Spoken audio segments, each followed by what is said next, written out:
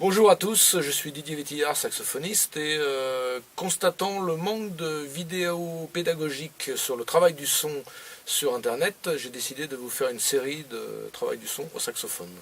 Donc dans ce premier opus, on va travailler uniquement avec le bec. J'ai ici un Autolink Tenor numéro 8, donc un bec assez habituel pour le jazz. Et on va écouter le son que fait ce bec lorsqu'on souffle en ayant une embouchure tendue.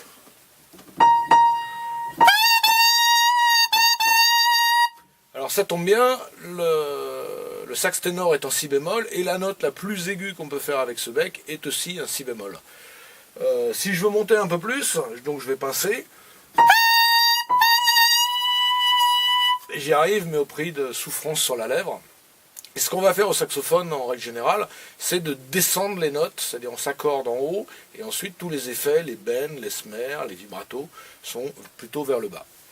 Donc, l'idée va être de pouvoir passer d'un si bémol à un la.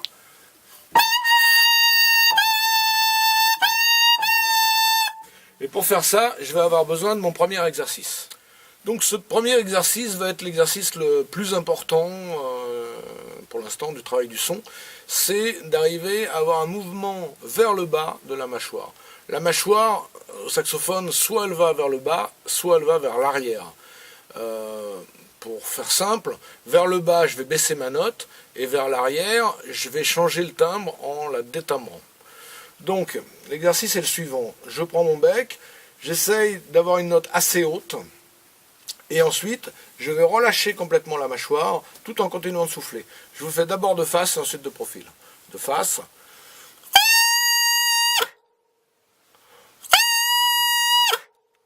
Et donc je continue à souffler et j'ouvre la bouche bien grand. De profil.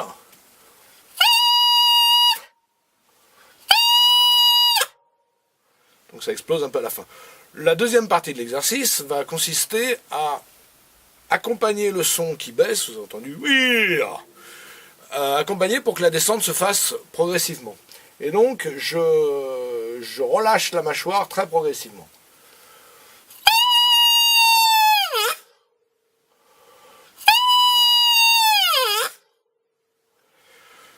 De face.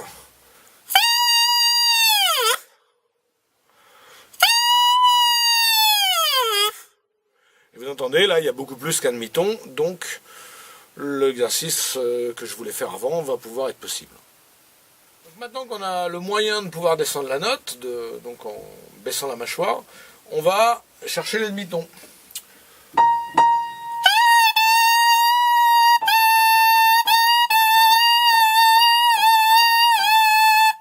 Donc le faire jusqu'à temps qu'il fonctionne. Ensuite, je vais continuer à descendre par demi-ton.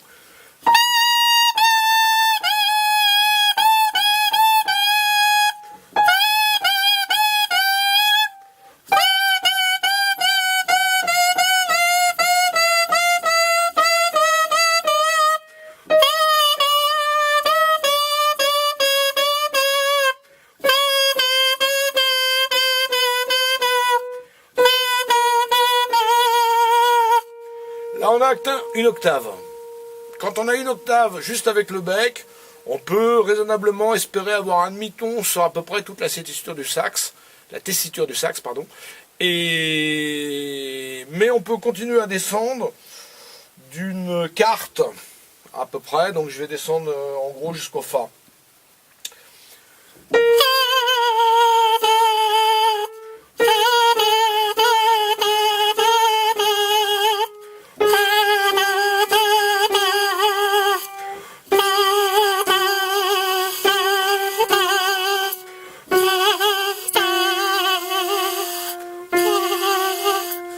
Selon les jours, le fa dièse, le fa, des fois le mi sont les limites qu'on peut atteindre avec un bec de cette ouverture.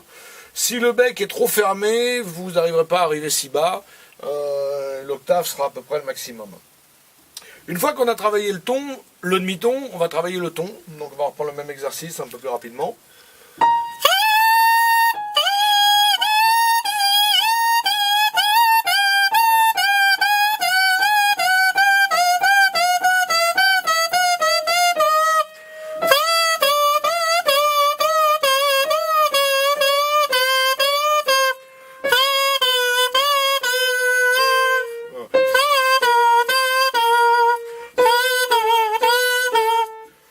Bien sûr, les tierces mineures.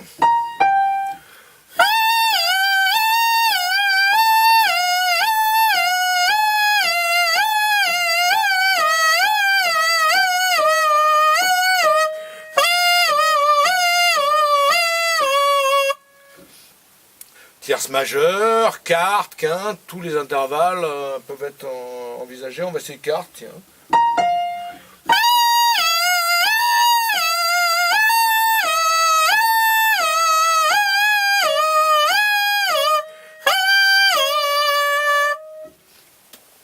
Et ensuite, dernier exercice, de faire des improvisations et essayer de retrouver des mélodies uniquement avec le bec.